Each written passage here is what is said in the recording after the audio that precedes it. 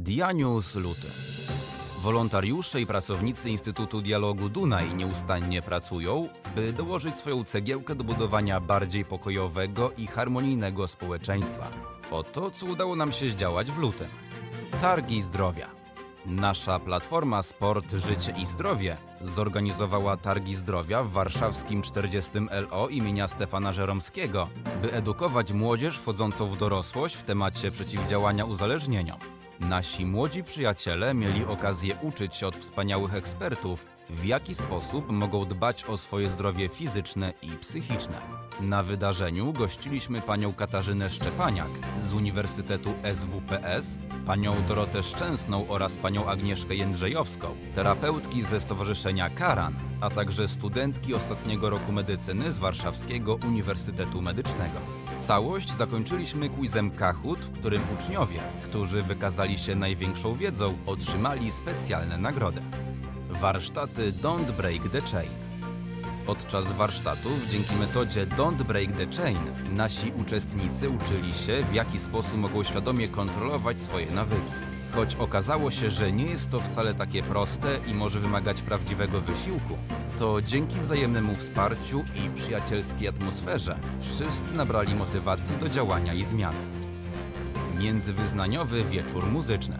Wierzymy, że podobnie jak w muzyce, największa harmonia powstaje, gdy to, co różnorodne, łączy się w jedno.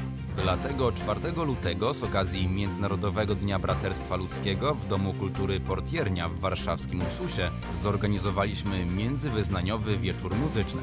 Wystąpił na nim chór Gaudete in Domino, który w piękny sposób przedstawił bogactwo chóralnej muzyki kościelnej, a także turecka grupa muzyczna, która przeniosła publiczność do niesamowitego, równie bogatego świata muzyki arabskiej. Warsztat malarski. Co jeśli ty byłabyś uchodźcą?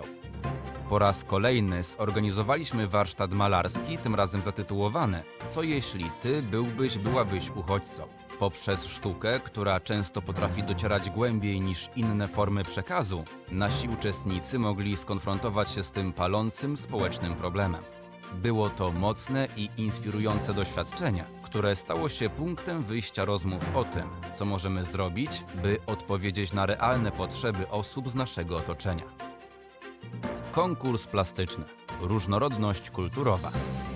Kolejną artystyczną inicjatywą w tym miesiącu był konkurs plastyczny dla uczniów szkół ponadpodstawowych, którego tematem była różnorodność kulturowa. Podobnie jak poprzednio, konkurs stał na bardzo wysokim poziomie, co sprawiło jury nie lada problem w wyłonieniu laureatów. Niech sami Państwo zobaczą wspaniałe prace naszych utalentowanych uczestników. Modlitwa w intencji Turcji i Syrii. Tragedie, takie jak ostatnie trzęsienia ziemi, które dotknęły mieszkańców Turcji i Syrii, wzywają nas do działania i niesienia pomocy na wszelkie sposoby. Dlatego poza włączeniem się w działania instytucji zajmujących się pomocą humanitarną, zdecydowaliśmy się zorganizować międzywyznaniowe spotkanie modlitewne. Wzięli w nim udział przede wszystkim muzułmanie i chrześcijanie, którzy modlili się we wspólnej intencji za wszystkie osoby cierpiące z powodu trzęsień ziemi. Dzień turecki w przedszkolu. Na prośbę lokalnego przedszkola nasi tureccy wolontariusze z Instytutu Dunaj podzielili się z dziećmi swoją kulturą.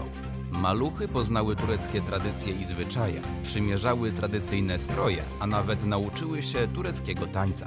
To była radość widzieć, że tak dobrze się bawią i jednocześnie zdobywają nową wiedzę. Rola kina w budowaniu wielokulturowych społeczeństw. Mieliśmy ogromny zaszczyt i przyjemność gościć w naszym instytucie wybitnego polskiego reżysera, pana Krzysztofa Zanussiego, podczas spotkania na temat roli kina w budowaniu wielokulturowych społeczeństw. Punktem wyjścia do dyskusji był film pod tytułem Rok spokojnego słońca. Spotkanie pozwoliło na niezwykle owocną wymianę myśli i doświadczeń, która zmieniła nasze spojrzenie na kino i rolę, jaką odgrywa ono w społeczeństwie. Jedność w różnorodności. Chrześcijanie i muzułmanie na drodze ku ludzkiemu braterstwu. Luty zakończyliśmy niezwykle udanym spotkaniem pod tytułem Jedność w różnorodności. Chrześcijanie i muzułmanie na drodze ku ludzkiemu braterstwu, na którym mieliśmy zaszczyt gościć doktora Dżenapa Aydina, dyrektora dialogicznego Intuto Tevere w Rzymie oraz księdza profesora Wojciecha Kluja, profesora Uniwersytetu kardynała Stefana Wyszyńskiego. Całe wydarzenie przyciągnęło wiele osób zainteresowanych dialogiem międzyreligijnym i międzykulturowym, a prezentacje naszych gości na temat relacji chrześcijańsko-muzułmańskich były jednocześnie naukowo rzetelne i przystępne. Mamy nadzieję, że krok, który wykonaliśmy na drodze ku wzajemnemu zrozumieniu i wspólnemu działaniu, przyniesie owoce i przybliży nam cel, którym jest budowa spójnego, choć różnorodnego społeczeństwa. Dziękujemy za Waszą obecność i zaangażowanie oraz niezmiennie zachęcamy do kontynuowania wspólnej podróży na drodze dialogu. Zapraszamy do śledzenia nas w mediach społecznościowych i do zobaczenia na kolejnych wydarzeniach.